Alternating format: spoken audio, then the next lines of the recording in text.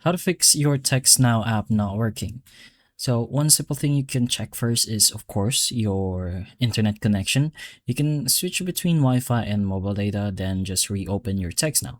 If calls or texts are not working, then Textnow also recommends checking your signal and connection first. One next option you have is to go ahead into your Play Store or wherever you installed the Textnow app and make sure you are in the latest version. So at this point, just go ahead and update your Textnow app.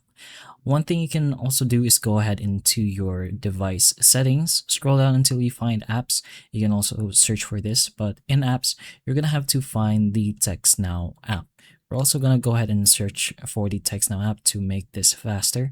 And in app info for your Textnow, go ahead to the bottom right corner, which is clear data, and choose the clear cache option. You can also choose the clear all data option, but this will log you out. You're going to have to log in back to your accounts.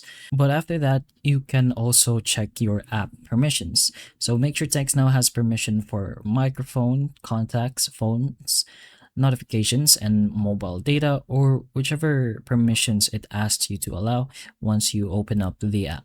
You also have the option to reinstall the app entirely if it still isn't working after all those options. But as for limitations, if Textnow is having a server issue, account restrictions, or terms of use error, or even unsupported devices, then normal fixes like clearing cache may not solve these kinds of problems. And in these cases, you're going to have to wait for it to be cleared by itself or contact the Textnow support.